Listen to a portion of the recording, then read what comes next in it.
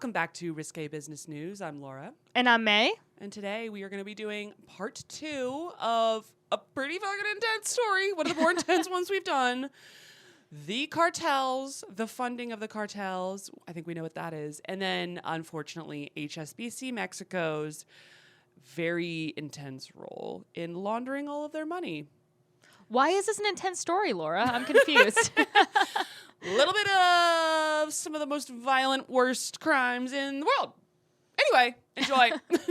Where's the money? I don't understand how you make money. Hold on. From that, though. 2 stand-up comics in New York City. Just learned a lot of this stuff. I'm gonna ask all the stupid questions that you might be thinking at home, but are afraid to ask people. Making it to where you feel like you're too stupid to be able to ever engage in it, they win. Why the fuck are they doing this? It's to make money. It's Risque Business News. What's life? Life is good. I'm feeling good. Cool. Yeah. Done a lot of walking this weekend. It's been a very active weekend. Done a lot of sleeping. Wow. Done some drinking. I have done a lot of drinking, a lot of shrooms. I did a 30th birthday for our mutual friend Kelly, friend of the pod. So sorry I missed that. And so Mostly for the shrooms, but okay, she wanted to take us to this place because she's like very into spooky stuff, and it is October and it's her birthday, whatever. So she was like, let's go to this place, Blood Manor in Tribeca. Amazing. And we were like, great, it's gonna be so fun, da-da-da. So me and Max Spinelli, friend of the pod, we were like, let's take shrooms before we go. So we take shrooms, we get there. Oh no. We're failing to understand the fact that this is New York and these actors are good. They're really good. Like, these are people that, like, probably are in Broadway in some iteration throughout the year, and or are they now, would like to be in Broadway. Yes, like and they're like trying. right there, and like so instead they're doing Blood Manor for the season. So they're fucking talented, okay? And the makeup artist and the costume design is outrageous, like very fucking good. It's elite. Elite, as we call it, elite. So we show up to this haunted house, and we're on shrooms, okay? And I've never had a bad trip, and I was like, no. And I see these guys. We'll put them on the Instagram because it's kind of fucking insane. We see these guys, and I was like, what am I supposed to do with this? I was like, are you kidding me? So I was like saying to Max, I was like, we can't go in, and he was like, May, this is a place for like children, like it's gonna be okay. And I was like, literally, there's Brooklyn kids with their dad over there. I was like, no, I can't go in. Did you not go in? Okay, well, hold on. So there was like these actors outside that I guess were like on their break or something. They probably just like swap out throughout the show. And so there was like 3 or 4 of them outside at all times, like scaring us in the line, and they were so scary. And like I was shrooming so hard, and like their makeup looked so real, and I was just so fucking scared. Yeah, they're good at their job. And God forbid someone try at their job. I was like genuinely really fucking scared. So we get into the entrance of this place. Mind you, I owe Kelly $40 because she paid for my ticket for $40. No. And I show up to this haunted house, and they let us in, and like you walk in, it's like flickering lights, there's like blood all over the walls, whatever. You turn the corner, and there was this guy, and it was like, so it was like a hallway, and he was all in black, and he was like up in the hallway like this, like in like a spider, like up in the wall. Oh no, like weird like weird bullshit. Contorted. Nope. Yeah. Nope. And so I literally go to, and Max was like, I can't believe we're doing this. I go, I'm not. And I just ran out the front. And the guy like jumped down, saw me run out, and chased after me as like of course like he did. sort of a thing. Yeah. And I get out like all like. and I get out onto the street, and I'm like I like almost ran into fucking traffic. So then he was like doing the whole like thing after and you're like, we're done. I literally I was like, no, please. I was like, how much, please? Like, and then the guy working the front, because he was probably so confused, he was like, ma'am, you look as though you're 32 years of age. So he didn't actually say that, but I mean, whatever. Yeah. I mean, I am 32 years of age. Yeah. But he was like, pull it together. He was like, do you want to try going back in, because it's really not that bad. He's like, do you want to just maybe take a minute to think about your behavior right now? He was like, it's really not that serious. It's a haunted house. Like, are you fucking serious right now? It's not real. He was like, are you being for fucking real Honestly, right now? thank God that guy was there to be just like, hey. Yeah. Like, pull your shit together. Then you go back in. No. Oh. No. So then You were like, excuse me, sir. I was like, how dare you? How dare? fuck that. So then I'm on the side of the street in Tribeca on shrooms, and like there was all these actors that are out there, and they're all like fucking with people on the street. So I was like, I'm not doing this. So I literally walked around the corner and was just like on the street, like a few blocks away, just like like with my arms crossed, just waiting for waiting the 20 minutes for people to come out that I knew. And then while I was on the street trying to like hide from this fake haunted house that was totally safe, there was like obviously like it's like New York in the middle of the night in like kind of a Saturday deserted night area of town where like there's not much Yeah. like people around. So there Oh, was like no, you- only crazy people on the street or like and then I saw this guy with You were way more danger Yeah. standing on the street than you were. there was this menacing Elmo. So there was like a guy in like a raggedy Elmo outfit, but he had like the hat on and no. everything. But it's like if you're coming back from like a costume party, you'd assume you'd take your Elmo hat off. Sure. This is like a crazy person. And he was like circling me and I was like, oh my God. He was just like straight from Times Square. He's like, I'm gonna go down to Blood Manor in the. I think it was Canal know. Street. he He was like, that's terrifying. yeah, he was like going around Canal Street. So dude, then, that's also like if I were a serial killer, yeah, pretty good spot. completely. Oh my God, it was so scary. It was crazy. And then they asked me, because they got out and they were like, oh, come back for a group photo. And I was like, no. Yeah, you were like, are you nuts? I was like, I'm not falling for that trick. It's like a little kid's at the fucking haunted house. It was crazy. Too much for you. Too much for you. Yeah. Anyway, long story short, then they asked me to meet them at this other like J area. And in my shroom brain, I was like, they're going to have one of the actors come and scare me. I can't deal with this. And that's so then I went to Canal to try to like throw them off the scent, which was like everyone else in my group You're having party. like a whodunit at this girl's 30th Yeah. birthday party. Everyone's like, what's wrong with May? And then I She's ran not drinking tonight.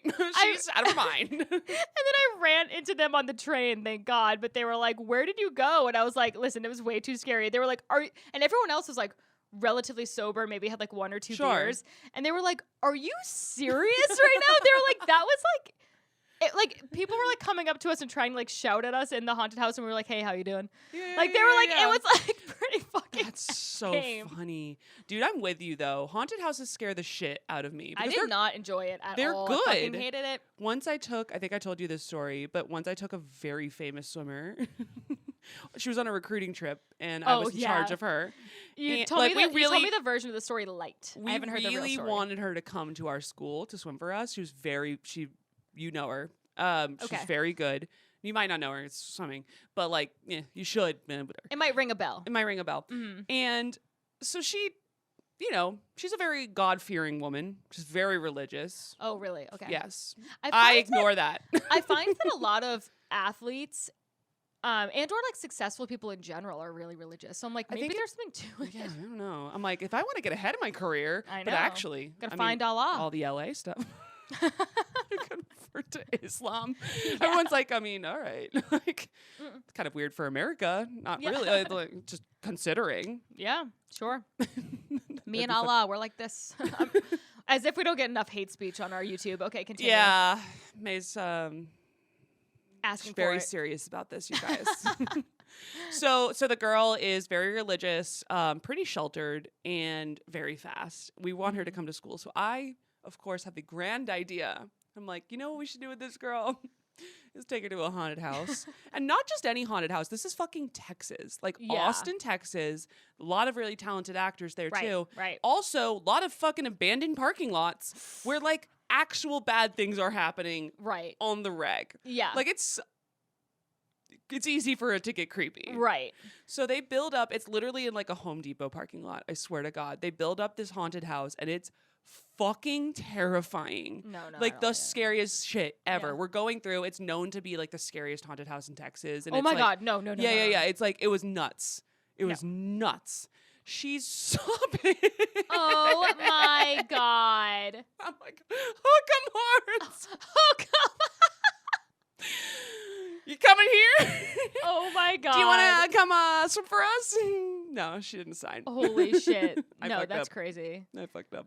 Yeah, haunted was- houses, they're, to me, I don't want to be spooked. No. I'm all set. I don't like it. Oh, this is another thing that happened. When I was on the street, some guy came up and he walked like really fast up to me. And I was on the street corner and I was like, oh, and it was just a regular bald man.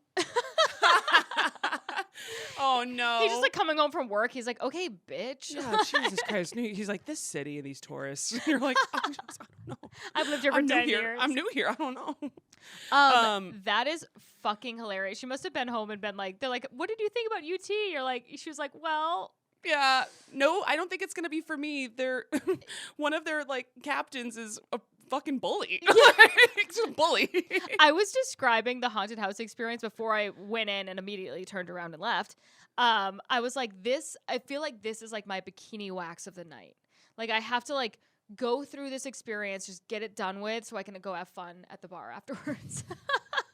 I was like, just rip off those $40, wax strips. about the same. Yeah, get in there. Yeah, scream in my face. Would you rather go through a haunted house or get a bikini wax? Probably a bikini wax because that's actually, I mean, well, then you have a benefit, and then you have like a very smooth vagina afterwards. Positive. Well, I want to tell you my evening because I would have gone to this birthday party, but I already had plans, unfortunately, that were made months ago to go to Sleep No More. And you've never been to Sleep No More. I've never been to Sleep No More, but I would like to go. It is for those who are not New York City residents. New York City or tourists. Is it somewhere else too, or is it just I don't New think York? so. I think it's maybe in LA or something. But this is very New York in the sense of it's loosely based on Macbeth, but like not at all. I could not tell you. I was like, I don't see it at all. And it's essentially this like I don't know, like museum type or like hotel kind of setup place that is multiple levels. So you're able to explore on your own. You have to wear a mask the whole time and a mask. 2 masks. Two masks. That's a lot.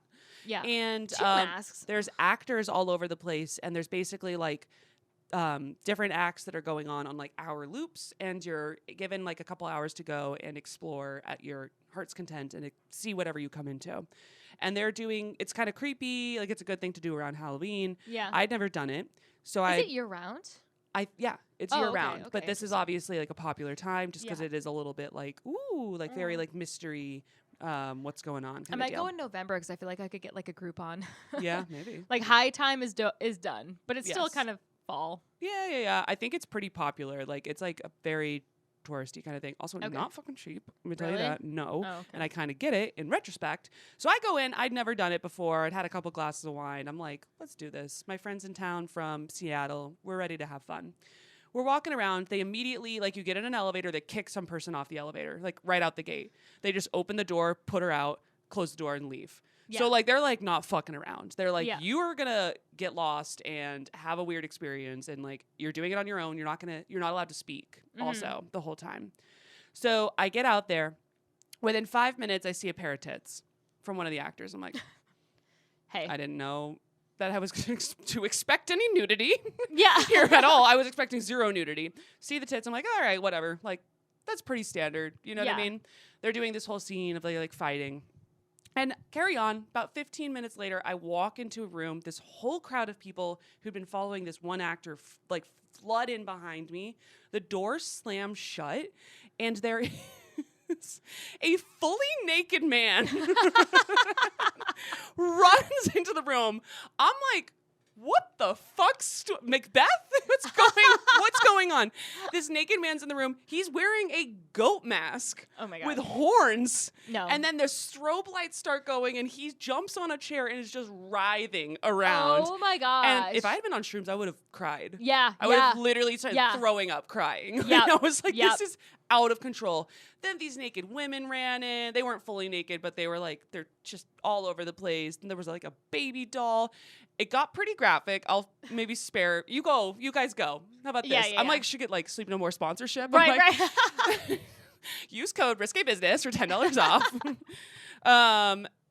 And then later on in this, like 40 minutes later, I see another naked man who's like bloody and getting like washed, which is another extreme scene. Oh my God. I finally leave at the very end. So is it supposed to be scary? Like, I don't know what it's supposed to be. Okay. I really couldn't tell you. My experience was certainly not chill. Yeah. And that's the whole thing, is that like depending on what path you follow, you'll see completely different things. Literally, I leave. There's 4 people who went with me to this. I'm like, guys, how many dicks did you see? And they were like, what are you talking about? I was like, you have got to be fucking kidding me. That is so fucking funny. I literally was just getting followed around by like naked guys this whole time. That's so cool though, and it's also like it's really smart to make it very popular, because then like you could go feasibly like 10 times and have 10 completely different experiences. I mean, I've been once and I saw 100% more wiener than everybody else. Yeah. did. I was like, what? I felt like a perv. Yeah, It's like, I didn't like. I wasn't looking. Something about me. They were like, "Let's do it. Here's the wiener." Yep, tits out, ladies. What was I gonna say? Soho House is doing a Halloween party. Oh, we should do that. I think it is. It's a Eyes Wide Shut style party. What does that mean? So have you ever I seen feel like the that's movie? everything to do with Soho House. Yeah. So Eyes Wide Shut is the movie with Tom Cruise, and I think his ex-wife. What's her fucking name? Angelina Jolie. No, That's a different one. blonde one, Australian. Fuck. Doesn't matter. Whatever.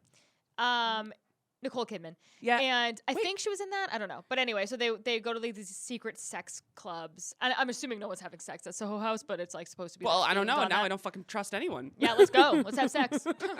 I don't trust any of this stuff. What are you guys gonna But talk about? anyway, you have these little like weird masks on with the big beaks. Yeah, that's Yeah, what we were yeah. wearing. Yeah. At the thing last night. Right. So it's the same kind of thing. If Yeah. the guy in the goat head comes back, I swear to God. I don't like the sounds of that. I will say so. It was. I was entertained. How about that? Yeah. I was a little alarmed. Yeah. My friend went to have you ever been to a sex club? Yeah, I went to the box. You did? Oh, the Yeah. box is It's like- different. Yeah, the I would box say is it's like- it's a performance sex club. Yeah. Yeah, Oh, yeah, not like a. Not like where people are having sex around you kind of thing. No. Okay. Not like that. So one of my not friends, like porn. I won't name names or whatever, but she went on a date with it. She like matched with this guy on Tinder, and Oh, he was like, no. do you want to take me? Do you want to go on like a sex club in Brooklyn? You need like a password, whatever. And she was like, sure. Like I'm not gonna marry Yeah. this guy. It'll be like a fun experience. Whatever. We'll yeah, go. that is. Would you go? If it were a situation like that, if I saw like another girl going down on Mark in front of me, I think I would fucking commit homicide. And I would have some- 100%. I would I would commit have some- homicide if I saw that on your behalf. Yeah, I would have some other crime. issues. Yeah, I would have some other crimes to be worried about. But if I was single and I was just like on a first date with somebody, I would be like, this is hilarious and it's a good story. And like now I'm not taking this guy seriously. It's just kind of something fun we did. But anyway, so she went there and a girl went down on her and she realized she was a lesbian. Whoa. And now she's with a lady and they're very happy. Oh my God. Yeah. What a happy, literally Isn't a happy ending on all accounts. Isn't that such a crazy like twist? That is absolutely insane. Yeah. She Good was for like, her. why am I feeling this way? She invites the Tinder guy to her wedding. She's like, I actually really owe you a lot. Yeah, thank you so much. Thank you Yeah. so much. You want to be in my wedding? Right. So that was very interesting. But I've never been to those places before. But it's kind of like, and I don't think I'll ever go. I don't really want to. Like, I would want to go alone just to see it, but like then that's not fair to everybody there. That I'm just, Right. like, No, I exactly know what you mean. voyeuring Where I'm this like, situation. I definitely have no interest in participating because disgusting. Yeah, I just don't. Ugh. All set. I think you But- do have to. So she said like before this date, she had to get checked for STDs and then like prove her negative results. No, it's more the fact that I'm just like, I'm not going to be attracted to everyone there. No, I'm attracted to no people besides like know. 3 people. Do you know what I mean? That's the thing too. Like I think about that all the time because everyone's like, "Oh, everyone's so hot in New York," and I'm like, I could go days without seeing somebody I would Yeah. fuck. Truly. Which is a good sign. Yeah.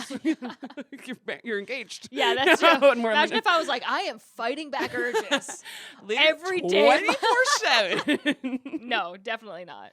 No, I 100% know what you mean. Yeah. But I am Maybe it's just our age curious. that we're at too, but still. I am very curious about it. Like, I would love to know just like, I'm like, what's the setup? Yeah. How is this orchestrated? What's it called? But the box is, it was pretty nuts. The box is that pretty was cool. a lot for me. I would like to go to the box again because the only time I've been was in my 20s, and I feel like I was like too preoccupied with like dancing and like Yeah. and drinking to like understand what was going on there, and like we should have people. Risque Business goes to the box. Yeah, You guys are all I would totally go with you. Let's go. Let's go, It's 'cause, fun. like- the one issue is that it's super late at night. It's so late, and you Yeah. go there, and people are just like shoving champagne up their ass and shooting it on Yeah, fucking yeah, the crowd, and you That's like great. do your We should make butt some juice all over it. TikToks. Yeah. Are you allowed to film in there? I feel like Probably not, but we could Yeah. absolutely do like a play-by-play kind Yeah, of thing yeah. where we're like, all right, This is the box via our experience. Right. Yeah. What time does the box open? Like midnight? Mm-hmm. Yeah. We We're don't just think it's there really exactly at midnight. We leave by 12:30. We're like, got it. But I don't think the show starts until like 2. Oh, God. Last time I went there, I had a broken arm. I was literally in the box, just like in a fucking cast. That's so funny. So drunk, just like, hey, everyone. Yeah.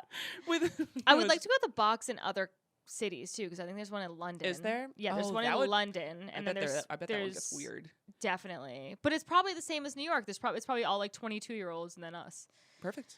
Yeah. Also, now it's like I could probably afford like a better, like I'm just like, I'm going to get a Let's nice get a table. table. Yeah, let's get a table so we can sit and watch the show. Guys, okay? who wants to come to the box? I want to see the double-sided dildos from a box seat. Yeah. Thank you. Thank you so much. Yeah. Please.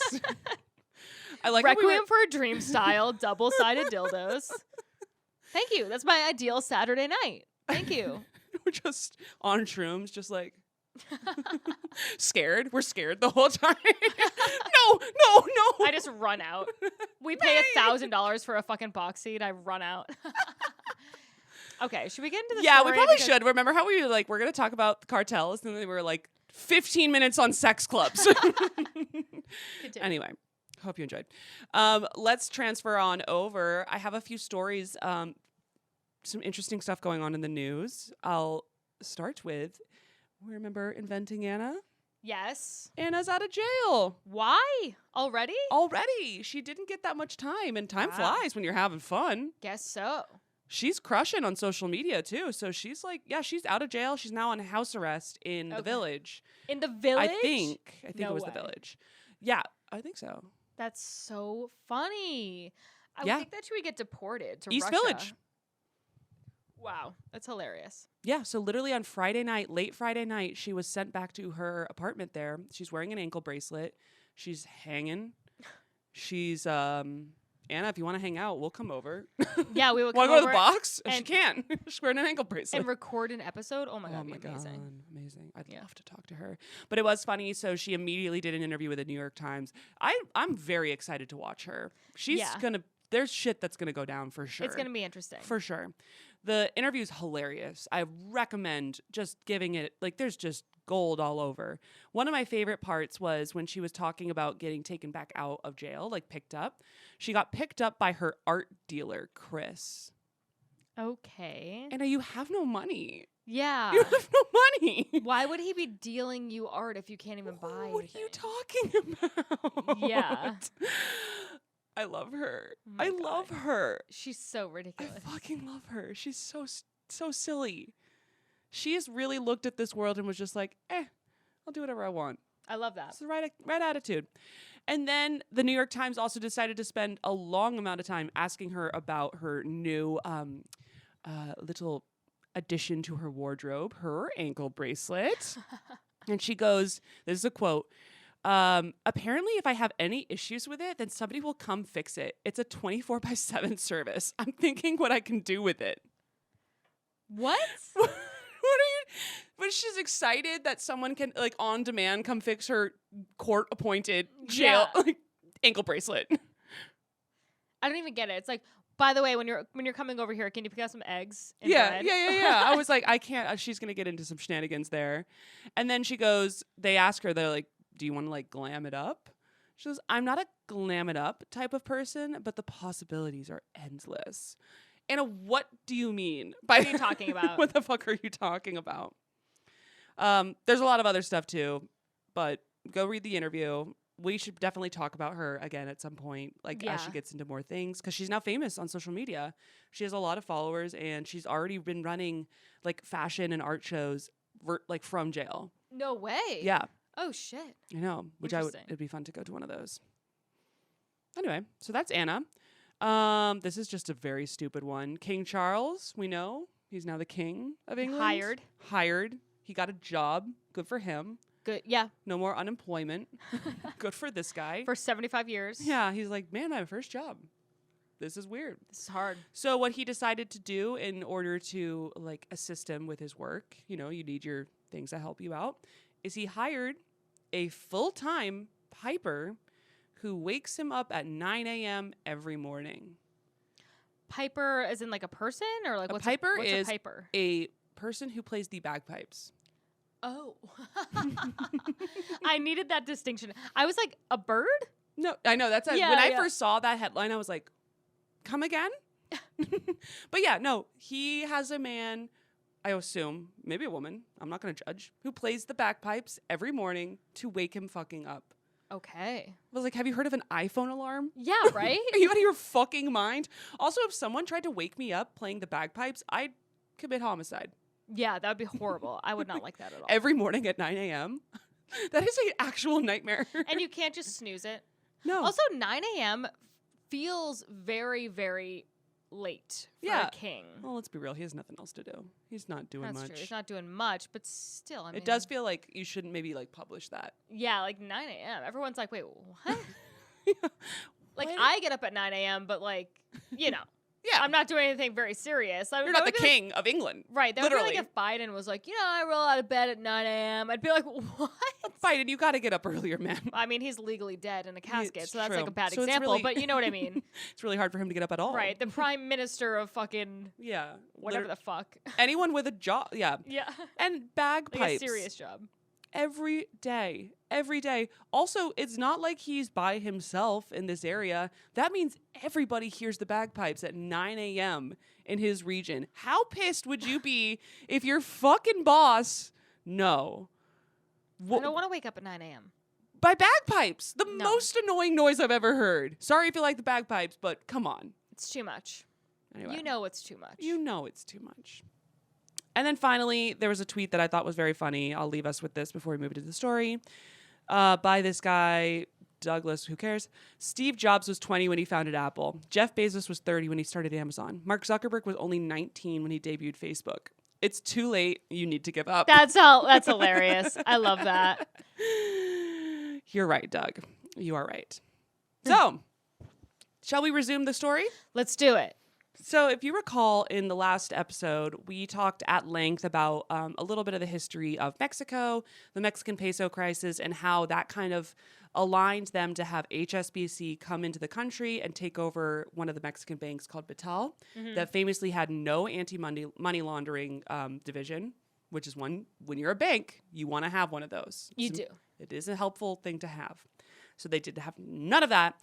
And HSBC took it over, called it HSBC Mexico. Tongue a twister. lot of fucking letters in there. And they were like, this is cool that we have this bank. Let's not add an anti-money laundering division, even though we should do that. Yeah. Yes. So this is like super conspiracy theory, but do you think that the reason why they did that was maybe like the government was like, hey, listen, just don't. Because the government and the banks are like tied together. We'll actually talk like if you want to be successful. It was the cartel. I'm going to go ahead and tell you who told them not to, maybe who leaned on that side. It was a couple things. It was inefficient management and the cartel, which I would say is right parallel with the government in Mexico. The reason I don't think it was the Mexican government is because of this, what we'll go into. They got pretty pissed at them. Okay. A lot, like really angry at them about this whole thing. Yeah. For very good reason. So they get in there. There's no anti-money laundering, or there's like 3 people, which is not enough.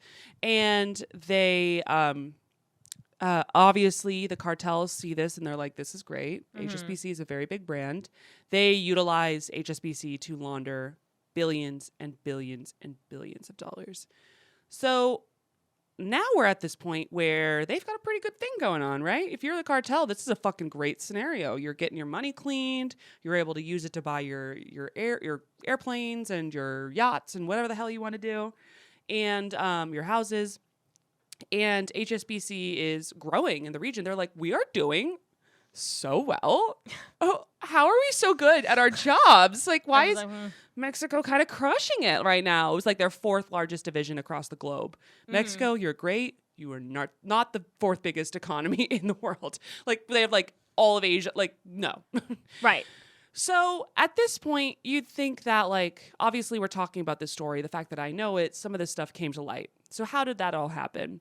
We're going to go back a little bit and talk about the first guy who kind of started the review process for HSBC and kind of brought them to light in the sense of like the government being like, hey, what's up? Uh-oh. Yeah. And it's this guy called Zenli Yigong. And he is the owner of Unimed Pharmachem Mexico, which is customer of Vital, which then got transferred over to HSBC Mexico. And he had the world's largest cash seizure occur. Oh. So they seized $205 million Whoa. in cash. Goddamn. From his house? From his house.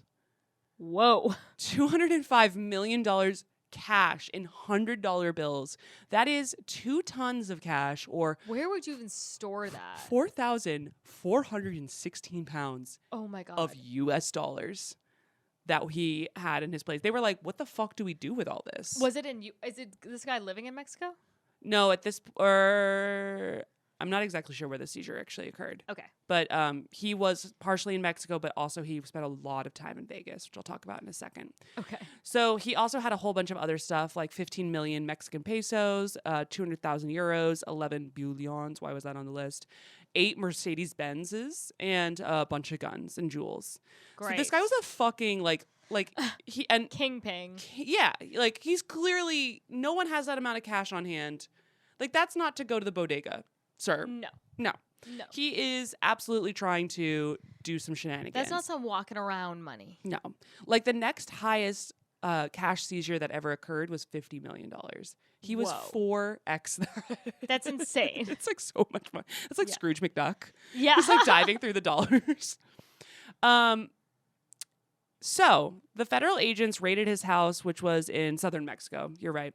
Oh, no, I'm sorry. The people that went and raided his house afterwards were found beaten and shot to death in southern Mexico. Whoa.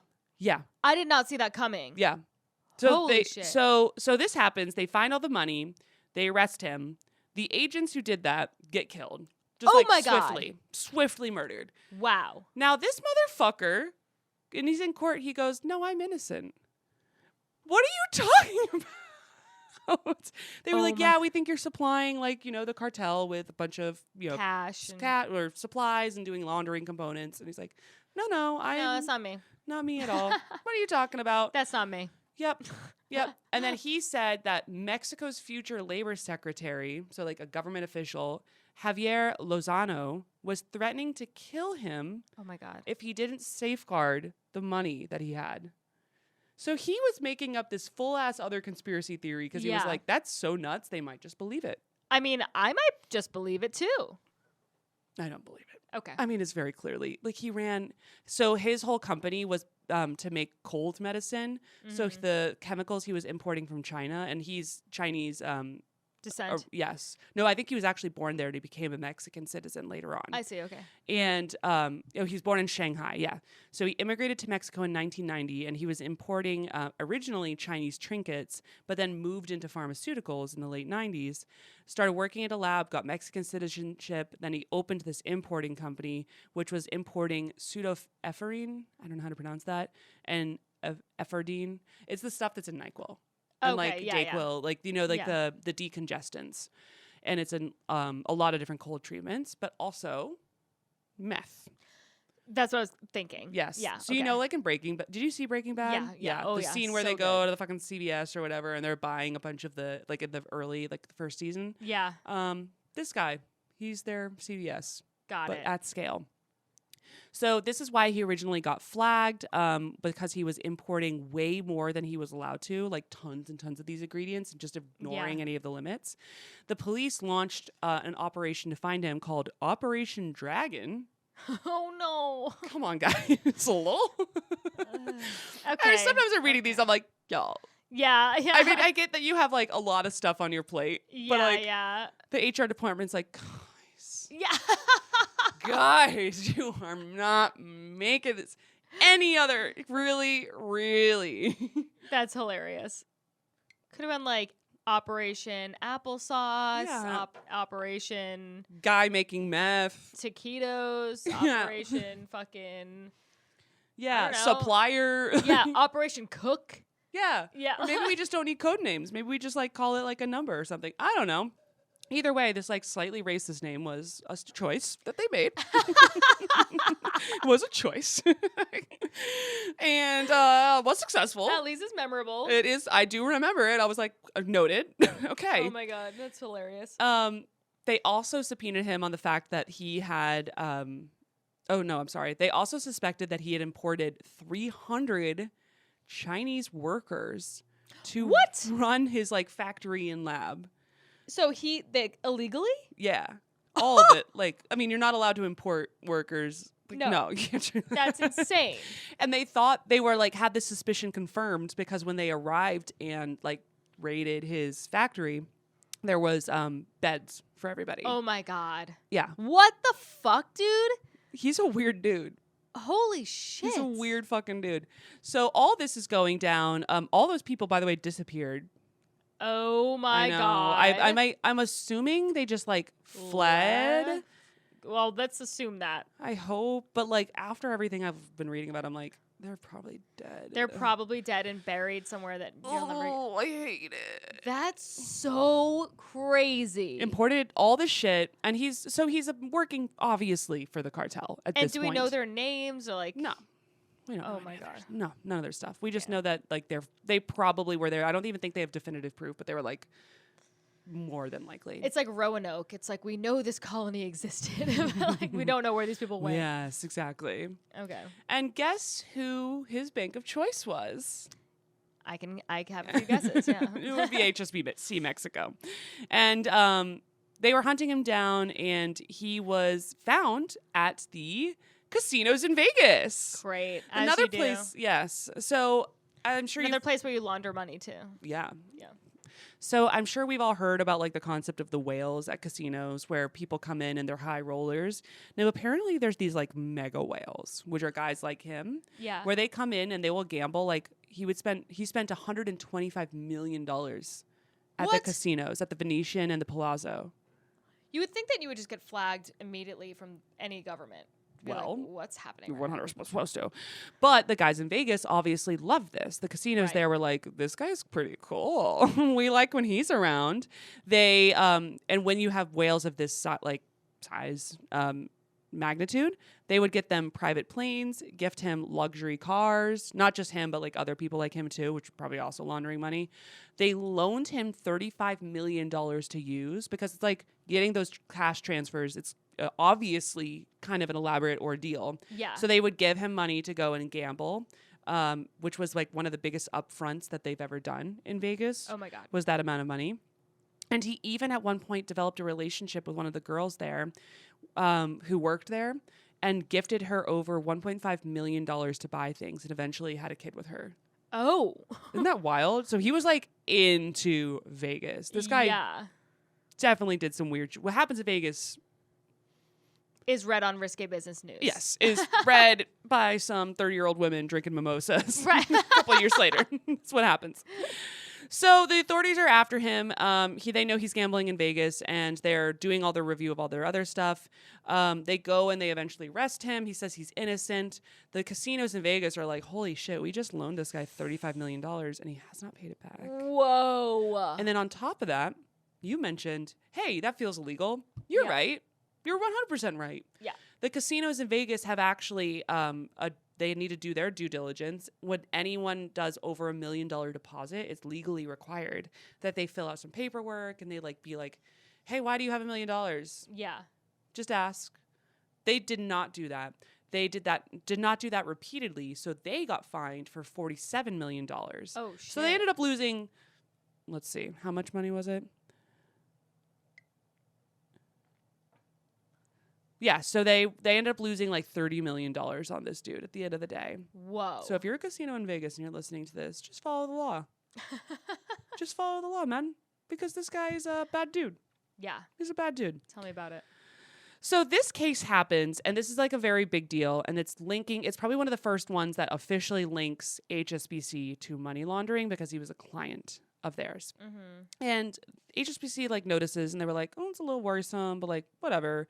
The compliance team that they have in the US starts looking into it and discovered that he was never flagged as high risk, which is fucking hilarious. Yeah. Because he's clearly high risk. Or he was never even reviewed. In fact, they had multiple site visits where they said they had gone and visited the factory to confirm everything looked good because he had so much money there. Yeah. And in fact, they had never actually gone to the facilities. They just made up all the paperwork. Of course. Duh. Yeah, Of course. Of course. So the Mexican government starts reviewing them. This is where the Mexican government's like, okay, what the fuck's going on? Mm-hmm. And they just don't care that that's happening. The HSBC Mexico is just like, we don't care. Whatever. We're making money. Goodbye. Exactly. And in fact, they released one of their annual reports. And in the report, it says, literally, this is the quote, quote, HSBC at its best, Mexico, an oasis of growth. If only it was all like Mexico, end quote.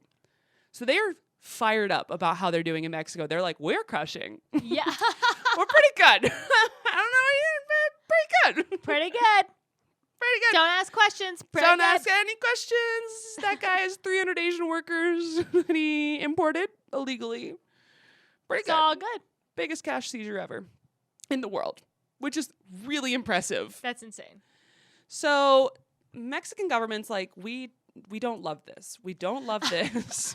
This is starting to get really fucking annoying. I thought that they would. Yeah, I know. So weird.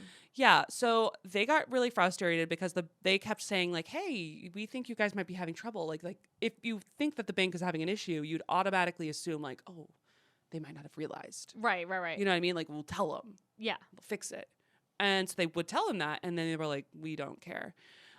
They were also mad because when they first like welcomed HSBC into Mexico, they thought it was going to be like this really positive impact on their economy. Yeah. And this is actually like, I mean, there's a lot of very sad things about this story, but this is one of the things that really bothered me was like, they were very excited that this like big international bank was going to come in and like help support Mexico City specifically was like where like a big part of this was going to be branched and like the budding economy. And they like wanted to get into tech and all this stuff. And they were like, this is great. And then instead they kind of come in and like bulldoze the whole thing. You're taking advantage of this area. They don't care about their culture at all. No. None of the executives that are running the bank live there Yeah. at all. They literally just see like the reports coming out from it. And it just felt like they were like trying to like squeeze profits out of them literally at any cost. I mean, they are a bank, so Yeah. it is kind of like, what did you guys expect? But at the same time, that is sad. Yeah, exactly. And now I think we know that a little bit. I mean, I can understand that the government probably had a lot of promises told to them. What year was this? This was back in the early 2000s. Okay, yeah. I feel like after 08, we're all like, yeah, these exactly. fucking guys. Exactly. Or even just like after Enron, everybody was like, okay, well, what are we doing here? yeah, it's really only in the last like, I don't know, like 20, 25 years maybe? Oh, Whoa, sorry. Oh, ah! I'm sorry. That's okay, I that's okay. I fucked up. Well, it's not that bad. Okay. Anyway. Let's see where I'm going to cut back into. Okay. So the Mexican government is like, hey, something's up. We're going to, make a nice report for you on what's going on. They finished a review of the bank and sent a report to them, and that said 55% of your files are incomplete. From 2004 to 2008, HSBC Mexico has accepted over $16 billion in U.S. cash deposits. And they literally had a tape that they like secretly recorded of a cartel member. Like some undercover cop was able to get this tape where he said verbatim, HSBC is the place to launder money. Oh, wait, what? They were like, hey, we thought you should know. Oh my This God. is literally a leader of the cartel That's insane. saying that you guys are really good at laundering, a good area to launder money. You have all these cash deposits. None of your files have any information. We Fabulous. thought you might want to know. The people need to know that if Yeah. they want to get away with illegal things, this is the This is the place. this is the bank. This is the place. They put that on their website, So they share this report with HSBC and they ignore it, which is fucking crazy. Like the That's government insane. comes to them and is like, hey, all this stuff. And they're like, we don't actually they're like, speak whatever. to you. We Yeah. don't speak to you. They're like, no hablo español. No hablo español. No hablo. Sorry, no hablo. Oh my God, my ex-boyfriend from Mexico City, when like people would be annoying to him in New York, how like obviously people come up and be like, oh, comedy show, like whatever, like Yeah. barkers, like things like that, he would just go, no hablo inglés. And I was like, but like I'm gonna start perfectly. doing that. Yeah. No hablo. He's like, I inglés. don't understand. They're like, ma'am, you are German. no, yeah, no comprendo. They're like, Don't know what you're saying. It's so funny. Yeah, so they said no hablo English or Espanol to the Mexican government, who was like, "What the fuck is going on?" They're like, "You certainly do hablo Espanol, bitch. Come on. What are we doing here? Yeah. We are a real government. You can't just ignore us." They were like, "We are gonna do that. We're gonna do that." So while this occurs, HSBC also has a very big milestone occur. They become officially the world's biggest bank. So they're like, Oh my God. we're so good at our jobs. The Mexican government's like, are you fucking kidding me? You've got to be kidding me right now with this shit. That's crazy. Nuts. Yeah. Absolutely insane. So what the Mexican authorities did, which was actually like pretty fucking badass of them, but also like I wish they didn't have to do this, obviously, Right. is they sent all of their documentation to the United States government. Okay. And the reason that that's important is because they don't really take HSBC Mexico seriously, but HSBC's operation in the United States is like, you can't fuck with that. Right. They're listening, Yeah. which really sucks. That really fucking sucks It's that they had to very go to annoying. that. I agree. They took a look and then sent a legal notice to HSBC saying, hey, you have 17,000 alerts on your, I know, it's fucking ridiculous. 17,000 alerts of things that have gone awry within your systems of like places where we think money laundering may be occurring, and they're all backlogged. And if you don't, by June 30th, complete review of all of these alerts, we're going to take away your license to operate here. Yeah. Yeah. That seems fair. Yes. If I'm being honest. Yep. So HSBC is like, fucking god damn it, Mexico. Are you serious right now? And they're like, we have to finally act. And they actually did. And what they did was what every big bank does when something comes up. What do you think it is? Hire a consultant, baby. Oh. The wonderful world of consulting. Deloitte will take care of it. And it was exactly Deloitte. Who Was it really? It was 100%. You nailed it. That's so funny. Which is kind of funny. I mean, Deloitte, we all know consulting. Like, there's some useful applications. There's some shady applications. It is what it Yeah. is. I feel like people will probably hire specific consultants from firms depending on what they want, right? So Yeah. like if it's a bank trying to do something shady, then it's like, who's gonna play ball with us? You are 100% correct, because Deloitte had actually literally just gotten in trouble a few years prior to having an improper relationship with Standard Chartered Bank, which is another bank, when they were doing something that they got in trouble with and had to hire consultants to handle with. Good God. So they were providing them information that they weren't allowed to do. Yeah. Just got in trouble for it. And HSBC saw that and were like, Deloitte's pretty cool. We're going to call them. I think we should call Deloitte. And they did. And Deloitte, to be fair, like a lot of what they were in charge of was just getting through these alerts and like setting up a system to do so. So what they did is they brought up a little office in Delaware. Okay. Which is, as I think we've talked about a little bit, is our version of the Cayman Islands on Joe Biden's home state. Joe Biden's home state. It's where all our shell companies are hosted. Thank you very much. Yeah. We're very proud. What a weird place. We need Delaware to do a is. full, was like, maybe I should dive deeper into Delaware. We don't have the time. It's a whole shit show. It's of just so bizarre. Tax avoidance and hiding things from the government and hiding things from people. It's a weird little cloud of misinformation. Have you ever known anybody from Delaware? I've never met a single person from Delaware except for Joe Biden. My boss was from Delaware, really? but he Okay. lived on like a farm, and I was like, yeah, that tracks. Yeah. Yeah. But beyond that, no, I No. don't think so.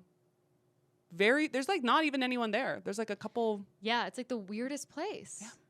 Anyway. Wilmington. But I did have a meeting there once, and there's nothing there.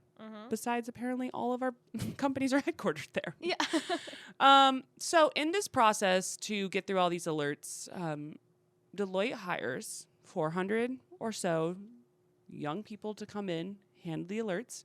Oh, boy. One of which is a gentleman by the name of Everett Stern. Okay. Great moral compass on this man, or no? Well, wait for it. This guy's this is an interesting little cat. So a little bit of background on this gentleman. He's 25 years old in summer of 2010, And he was just out of business school. He was fighting a mild case of wanderlust, and he was looking for a job that also had adventure. And his dream was to be in the CIA. He wanted to battle like Middle Eastern terrorists, little racist Everett, but get in there, war on terror, fight for the country, very patriotic. I mean, the war on the cartel is certainly a war on terror. Yeah, but he didn't so he applies to the CIA. They're like, no, thank you. We're all set. Okay. We don't need you. Yeah. And he's very upset about the whole thing. So then he sees this application for working at HSBC and anti-money laundering, which is kind of cool. Yeah, arguably like going against like violence and stuff like that. Yeah, absolutely. And he was like, this is cool. HSBC is like the world's biggest bank, like so amazing. It's going to be great. Sounds so exciting. This is him. Okay. He's just like a nerdy little dude. like the canonical nerd. Yeah. Those little glasses. If you were to draw a nerd. Receding hairline. And don't act like you don't know what I'm talking about. You know what I'm talking about. You know what I'm talking about. It looks like a nerd. He looks like he'd be good at his fucking job. He does. I would hire him. I would hire him. I would absolutely hire him. You have glasses? You're it. You look smart, man. So he goes to the office. He's now 26 years old, and he's like fired the fuck up. He's like, we're gonna get him. The HSBC, they've hired me to help get them back in the clear. Oh God. And he goes there, and it becomes immediately apparent that this is a full-on sham. They're hiring like 400 basically kids. There's literally no training. He has to go to the library to take out books on anti-money laundering to understand what he's supposed to be looking for. Oh God. And he does this whole article. There's like an interesting interview with him in Rolling Stone that if you care enough, go check it out. There was no training courses or seminars on what they were doing. Literally no one working there knew what money laundering even was. Oh my God. What he started to do was look up on his own, because he actually was like super passionate about wanting to make a difference in the world and stuff like that. Yeah. He would look up the names of unsavory characters from the internet, like the different organized crime divisions, and then run them through the bank's internal systems to see if they popped up on any account names. Oh, they did. And there was no supervision whatsoever. It was like completely empty. They were supposed to go through a few of their alerts. They would finish all of their work and then like just kind of sit around, which sounds like a lot of different jobs that we've seen out there. And if they asked for more work, the people in charge would get crazy or get very angry at them. So eventually, because he was so bored, he started to do more of that, like kind of his own investigative, like what is in these files? Like, what am I looking at here? Oh God. Okay. And he starts finding some stuff. Like, for instance, it's not all related, unfortunately, to Mexico. HSBC was fucking up a couple different places. But there was a Saudi fruit company that was sending millions to a high-ranking figure in the Yemeni wing of the Muslim Brotherhood. Okay. And then there was millions of dollars that had just been moved from a Karabi chain of supermarkets in Africa to a firm called Tajco, which was run by the Tajuddin brothers, who had been signaled out by the Treasury Department as major financiers of Hezbollah. Oh, boy. Okay. He was like, wait, I know them. Hold on. So is Hamas getting in on this action too? Oh yeah, yes, actually, like 100%. So he alerted his boss that he was like, "Whoa, there's like shit. Yeah. I'm finding stuff. Funding terrorist groups." He's like, "Oh, I found things. Like you asked me to look through these alerts. I found some stuff." And the boss got really angry at him and was like, "It's like we didn't hire you to actually find stuff. We hired you to be a person that we say, hey, we have this head count looking through this. Exactly. That's checking it off, and they reviewed it and." Nothing real came with it. Wow. This is absolutely a real thing.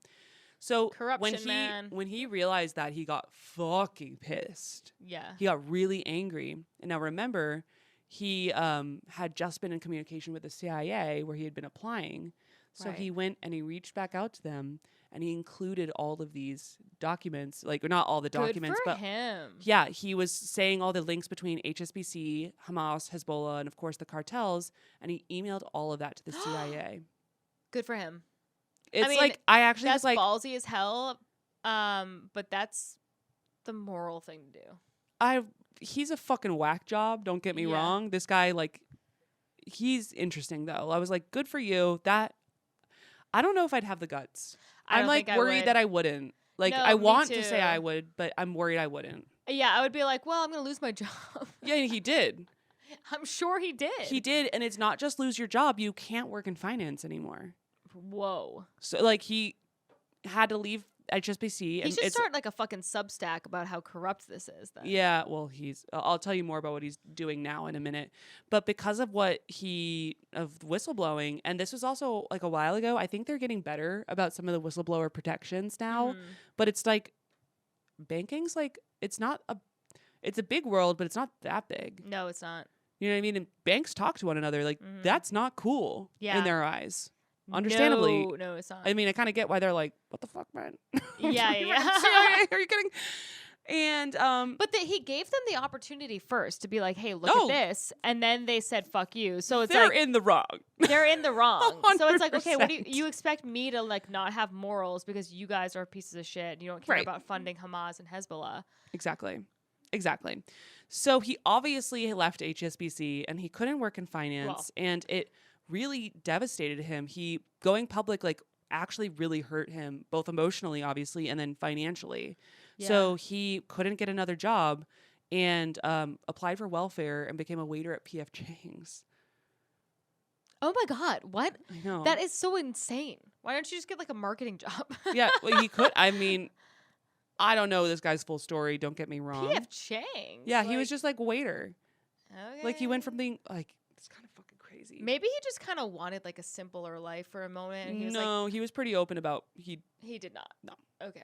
No. Because I was thinking, I was like, maybe just like I'm gonna hang my hat at P.F. Chang's, get some fucking delicious ass lettuce wraps. Oh, the lettuce wraps. And hang out with those horses in the front. Yeah, have a great time. And then remember when we were walking around Mexico City and we look over at this big building with these windows and we're like, is this fucking P.F. Chang's? And it has those massive horses in the front, just like. You know what's funny is that my ex, who I've now brought up twice in this podcast. Wow. So when we were living in Boston together, he was like obsessed with P.F. Chang's. I remember thinking that was so weird. I was like, why the fuck does this guy love P.F. Chang's? But maybe it was like one of the only chains that was in Mexico City. And also it slaps. He was like, it's pretty fucking good. I don't know. Yeah, it's pretty good. And it was. It's not bad. There's a reason they're popular. We went there like once a month. That's why I know about the lettuce wraps. Just like home. I mean, everyone knows.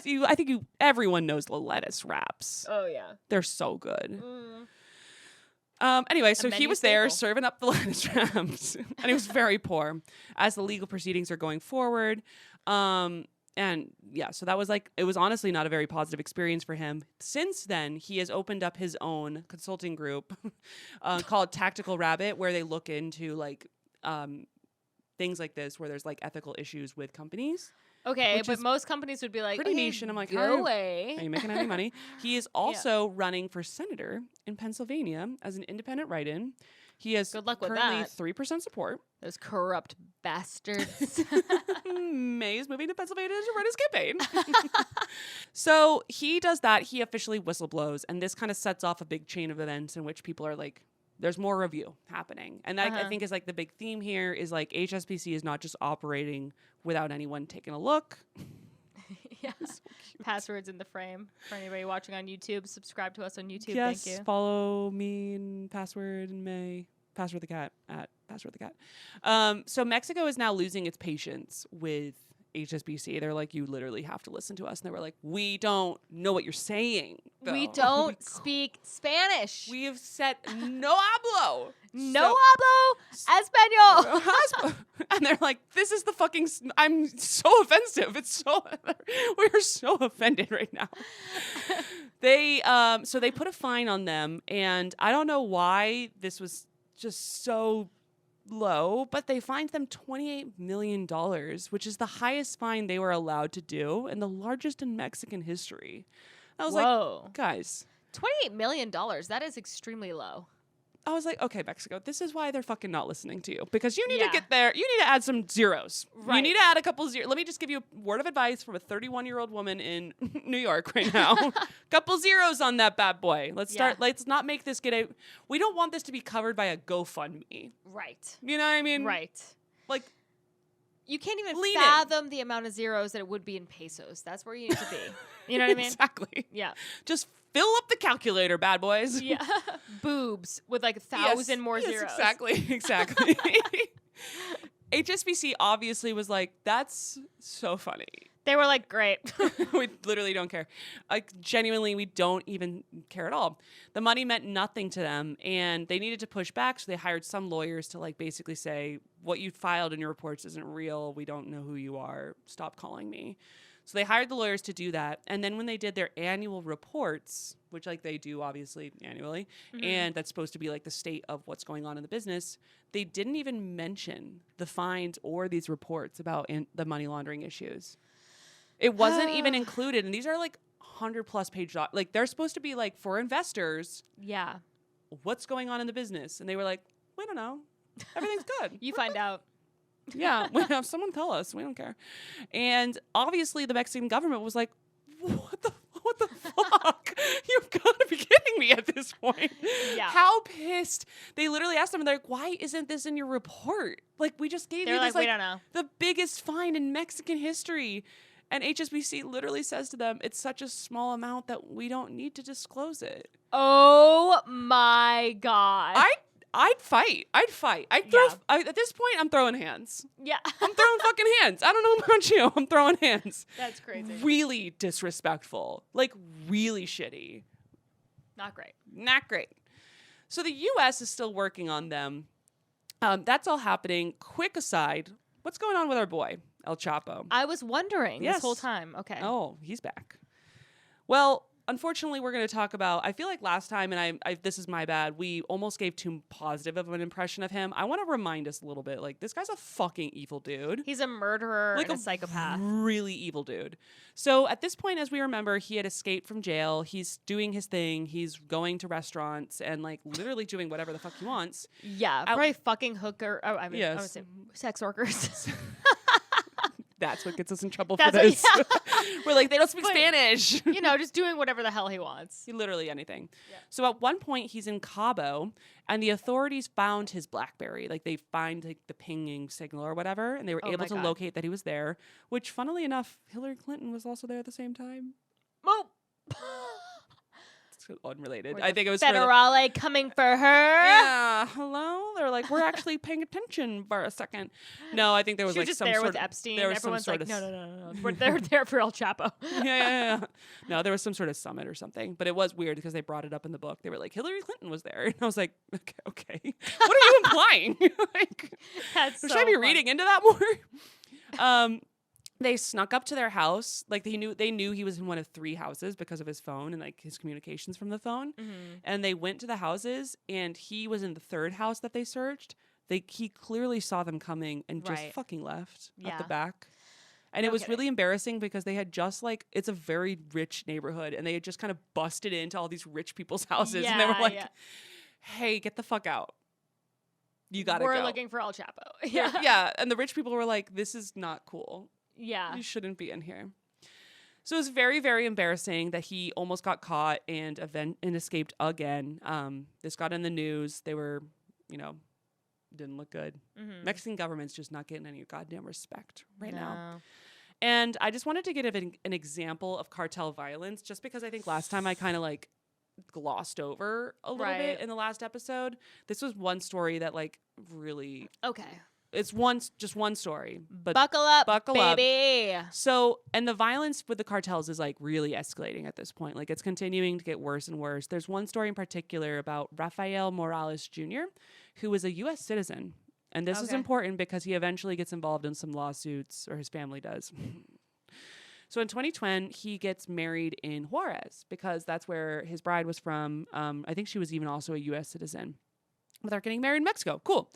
The congregation is exiting the church, and they get caught by 16 assassins. Oh, my God. Like, they're literally just leaving. Oh, fuck. The assassins have all these guns.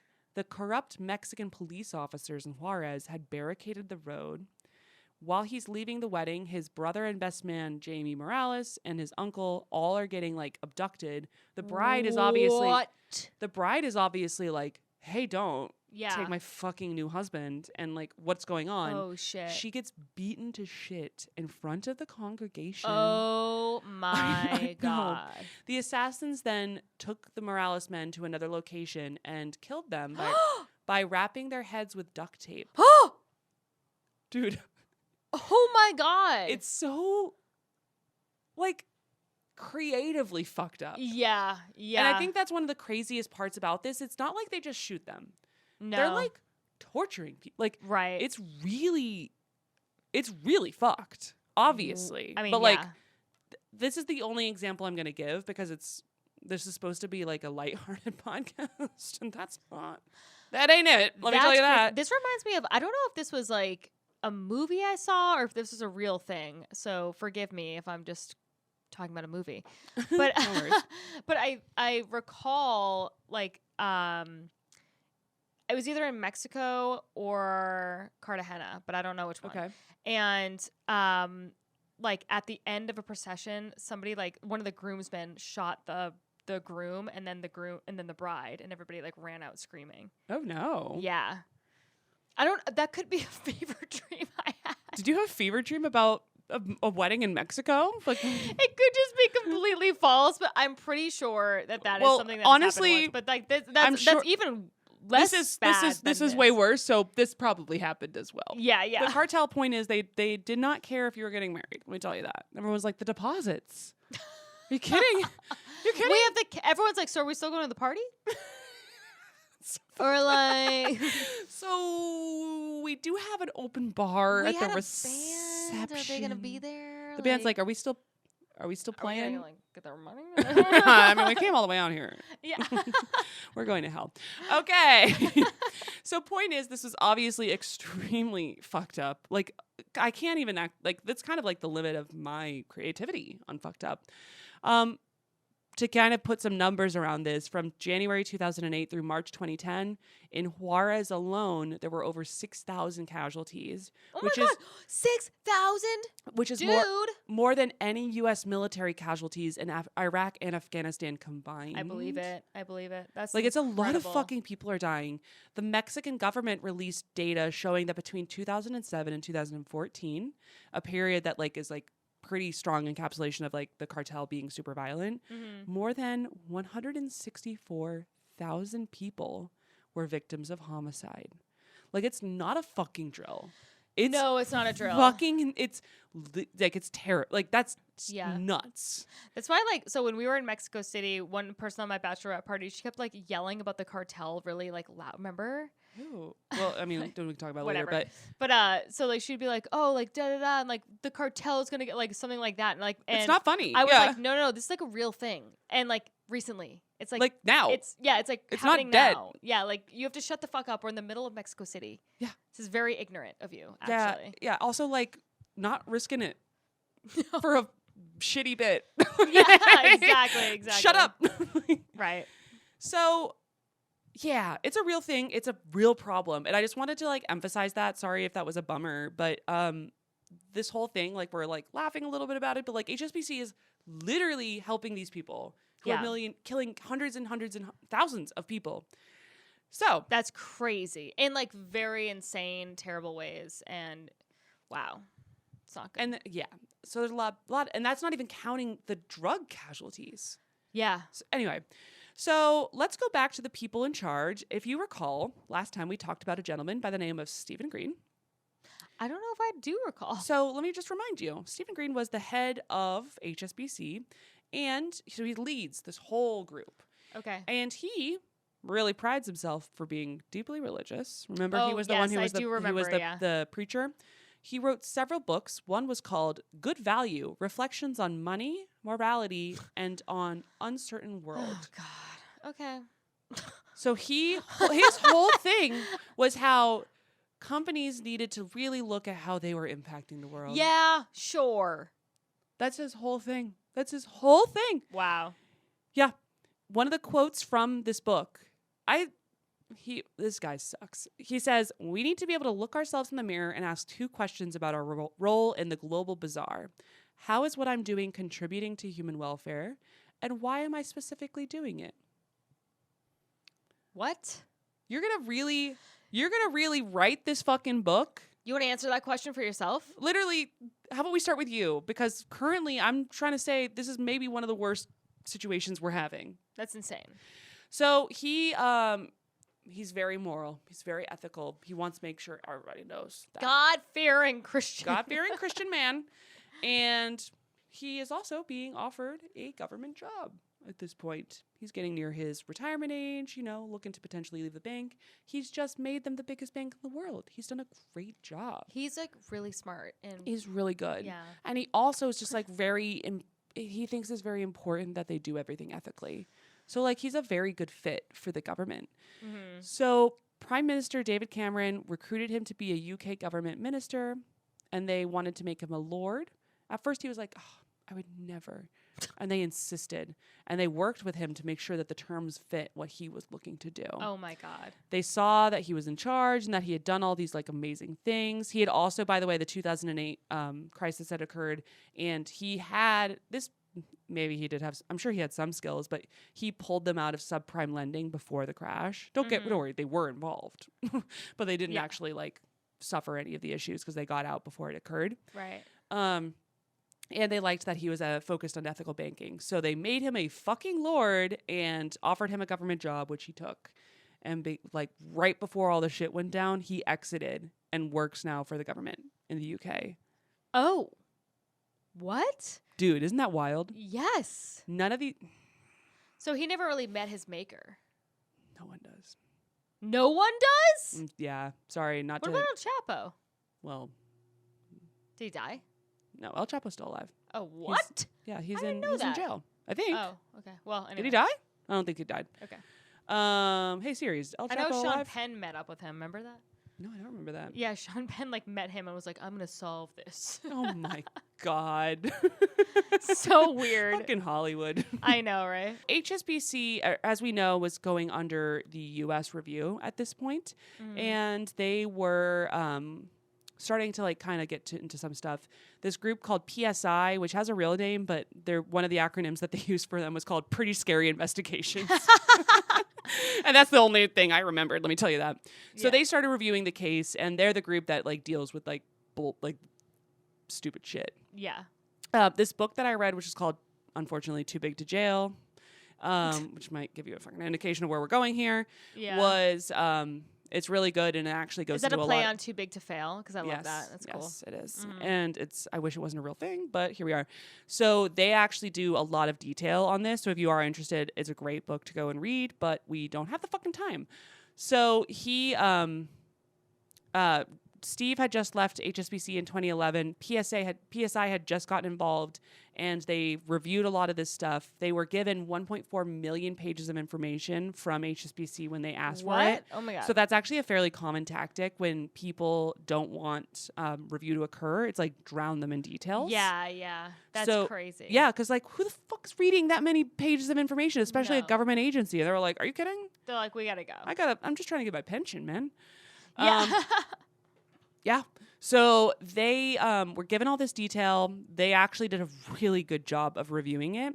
They published a report on July 16th of 2012 called U.S. Vulnerabilities to Money Laundering, Drugs and Terrorist Financing, HSBC Case History. So the name alone probably gives you an indication of their stance on what was going on with HSBC. It was fucking savage report. They said that HSBC was allowing drug violence, that it was exposing the U.S. to drug money, and that there were severe deficiencies in that they had no monitoring system, unacceptable backlog of alerts, insufficient staffing, inappropriate country and client risk assessments, and their culture of compliance was pervasively polluted. Wow. That's like as savage as it gets in the corporate world. Yeah, that's like fuck this bitch. Yeah, basically, and she's ugly too. Yeah, she's a whore. Yeah, we hate her. So they were asking the regulators, like the OCC, to consider revoking their charter as a U.S. bank. So they were like, big old thumbs down on these guys. Yeah. We don't like them. This report was given to HSBC, and they had 24 hours before it went public to have a response in court.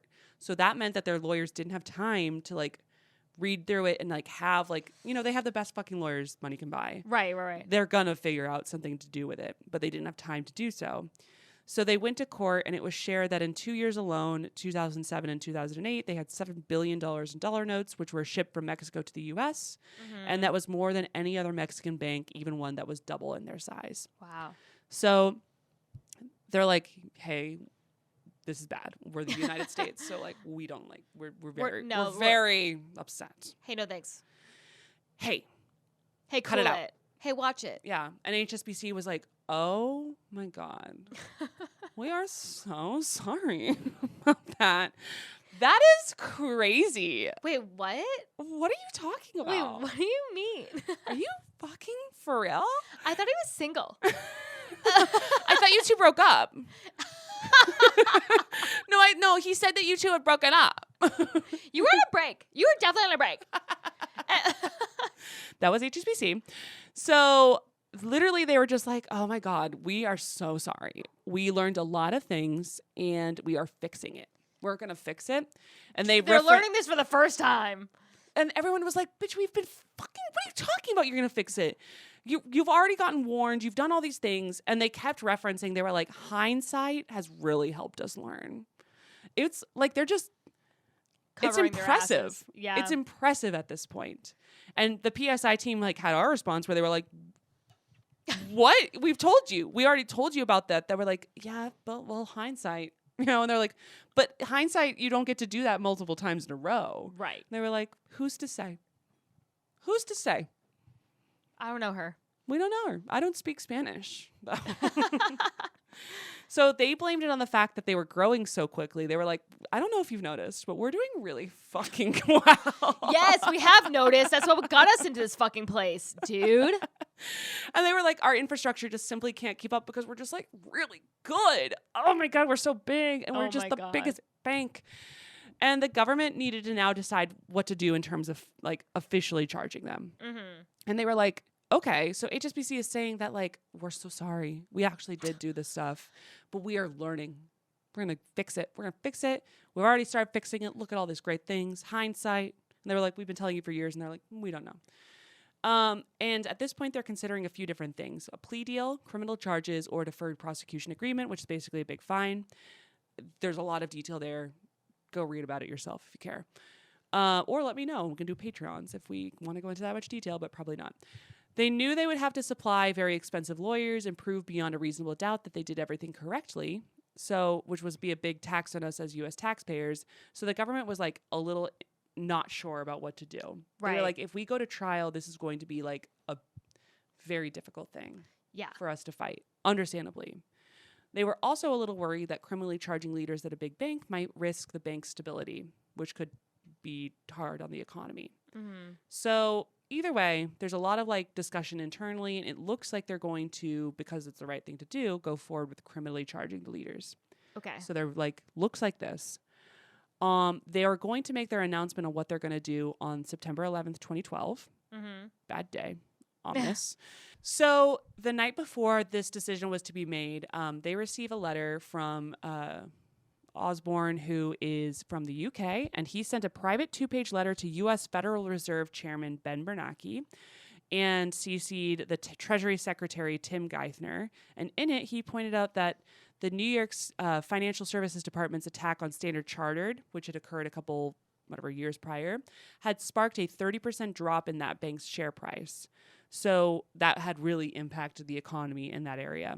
Yeah. And since even though the shares had recovered, it had given us an opportunity to reflect more generally on how we might collectively ensure that regulatory and enforcement actions do not lead to unintended consequences. Sure. And they were saying if you do certain things, you could cause financial contagion. Criminal conviction could take U.S. to take away HSBC approvals in the U.S., which would be really harmful to the business and both economies, and that the bank was being unfairly targeted because they were from Britain. No. Yes. And then afterwards, they basically were trying to like not blackmail him, but like have some sort of weird talk. Then they went to a conference in Tokyo, and Chancellor Osborne from the UK met with him, saying that they were, he had heard that they were still considering criminal prosecution, which seemed to Osborne to entail significantly tougher measures than recent market enforcement or major enforcement actions against other foreign banks, raising unwanted questions about potential U.S. hostility to London as a financial center. What? So they were like, you are not allowed to go after HSBC, basically to the United States. That's crazy. Related financial. I know. Like, it's like so, it's crazy. Yeah. Also, this is a bank. It's not like a... Yeah. What are we doing here? So then from there, this law firm representing HSBC made a memo for release should the U.S. go after them. And they in the memo, they were like, this is going to be terrible. And the reason that this was important is that this memo was going to go out if this actually occurred. And the memo itself could have caused a lot of issues with the stock prices and just general turmoil in the economy. This isn't that long after 2008. No one wanted to fuck with the economy. Yeah. And I get it. I get it, but I don't, but I do. Right. It's really tough. So the U.S. caved and they didn't move forward with criminal conviction. Wow. All right. Yeah. Now, this is an interesting thing. Osborne's now government colleague, Stephen Green, was safe from criminal conviction. Okay. The guy who he now was coworkers with was the guy who was going to get convicted. And now he's like, never mind. Yeah. I'm good. It's like, oh my God, I got it. No worries, Ben. I don't have to go to Martha Stewart's prison. Yeah, exactly. So they didn't move forward. No one from HSBC went to jail for doing this. Goddamn. They apparently fixed things, but I don't Really? even know if I believe it. I'm hopefully. Also, wasn't HSBC the place that we couldn't get money out of and it was crazy in Mexico? Yeah. One of them. Yeah. One of them. Yeah, there was Scotiabank, all of them. They were like, no. Yeah, and they agreed to a fine of about $2 billion, which is 5 weeks' profit. And the bank was even allowed to negotiate the terms. Wow. None of their bonuses were touched. They said that they were going to do a senior executive clean out, which just involved all the people who are about to retire retiring. And after this happened, HSBC's shares rose in the news. Great. Not insane. Elizabeth Warren had she fucking flipped out. She's love her or hate her, guys. She knows what she's talking about in terms of these banks. Yeah. She knows what she's talking about. Mm-hmm. She freaked out on them. I don't actually know the setting that this quote comes from, but she says, I thought this was a really well worded thing. Yeah. You sit in Treasury and you try to enforce these laws, and I've read all of your testimony, and you tell me how vigorously you want to enforce these laws, but you have no opinions on when it is that a bank should be shut down for money laundering. Not even an opinion. If you're caught with an ounce of cocaine, the chances are good you're going to go to jail. Mm-hmm. If it happens repeatedly, you may go to jail for the rest of your life. Mm-hmm. But evidently, if you launder nearly $1 billion for drug cartels, your company pays a fine and you go home and sleep in your bed at night, every single individual. Yeah. Fuck yeah, Liz. Yep. You tell him. No one listening. Yeah. We do not speak. White lady. we don't know what you're saying. None of us know what you're saying, Liz. It's so hard for us to understand you. Liz, we don't get it. What are you saying?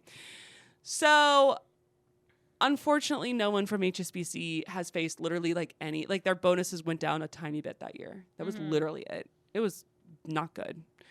El Chapo did get caught, so there's that. Just to kind of finish up that storyline, the break that ultimately led to him getting caught was in February 2014, where they kept tracking his BlackBerry. That was the best way to find him. They went in and they raided his home, and they were able to eventually locate him, pulled him in, brought him back to a prison in Mexico, and no shots were fired during his arrest. So it was a pretty smooth one. And they were like, look at us, we finally did it. About, that's great. What is it? 12 or so months later, 14 months later, he escaped. Come on. With the help, obviously, of the policeman. I'm sure. Yeah. Probably. He escaped again using a tunnel that led from the prison shower that he was being held at. Apparently, this tunnel was legit in the sense of it even had air conditioning. Oh my God. They were like, we're going to make it nice for the El guy. Chapo. El Chapo. We're going to have it be nice. God, that's ridiculous. So he disappeared once again. They were like, you've got to be fucking kidding me with this guy. Did they get him back? They continued to search. It took a 6-month manhunt afterwards where he was continuing to do his same bullshit of showing up random places. Mm-hmm. He was finally captured again in early 2016. After a lengthy court battle, he was extradited to the United States to face 17 charges of indictment. And in 2019, he was found guilty on all charges and sent to a prison. It was charged here in New York City. Do you remember when he was being held here? Wait, no, I don't. What? That's crazy. Oh my God. I was wanted to. It was when Ghislaine was being held as well. I was like, I want to go check out the prison that they're being held at. This is a big deal. Yeah. And can you imagine being on that jury? No. Being like, that's El Chapo. Oh my God. He's killed also hundreds of millions of people. Like, yeah. Like all of these different non-directly. Probably. Like all of these different families that are being impacted from him. I would be so scared to be on that jury. I would be so terrified because I'd be like, I'm going to get killed. Like literally, probably. Yeah. Actually, I hope they're all okay. Crazy. But anyway, so he got charged, obviously guilty. Everyone was like, yeah, he's El Chapo. Why are we even doing this as a Right. I feel like why are we in it should court have been right a now? jury trial. It should have just been like the judge is like, okay. Obviously, you're El Chapo, so yeah, you're going to jail. Right. But they were like, yeah, the criminal justice system, the whole thing. Yeah. We're going to put the song and dance together. He finally gets caught for real and tried in Brooklyn and then gets sentenced to a maximum security jail where he got life plus 30 years. And he had the gall to complain about being treated inhumanely. Yeah, Yes. because you can't pay them off here the same way. Hopefully. I mean, you probably can, but like not maybe the same way. Maybe not the way he's used to. Yeah. So, and the prison that he's in has the Oklahoma bomber and stuff like that. No way. Mm-hmm. Oh And he's in solitary 23 hours a day. Whoa. Okay, that is crazy. Fuck him. No, fuck that guy. I mean, no, fuck him, but that's It's great. nuts. Yeah, It's yeah, like that would it's suck. not. Yeah. It is not a drill. Let me just That tell would you. suck. Whoa. Yeah. But that's the story. Sorry that got a little dark.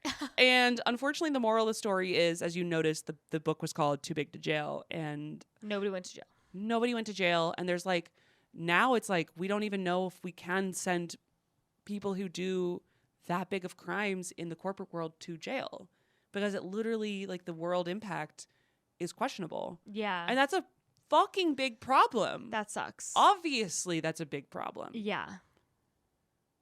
And I have no answers for you. What if I did? What if I was just like, and here's what we should do? Yeah.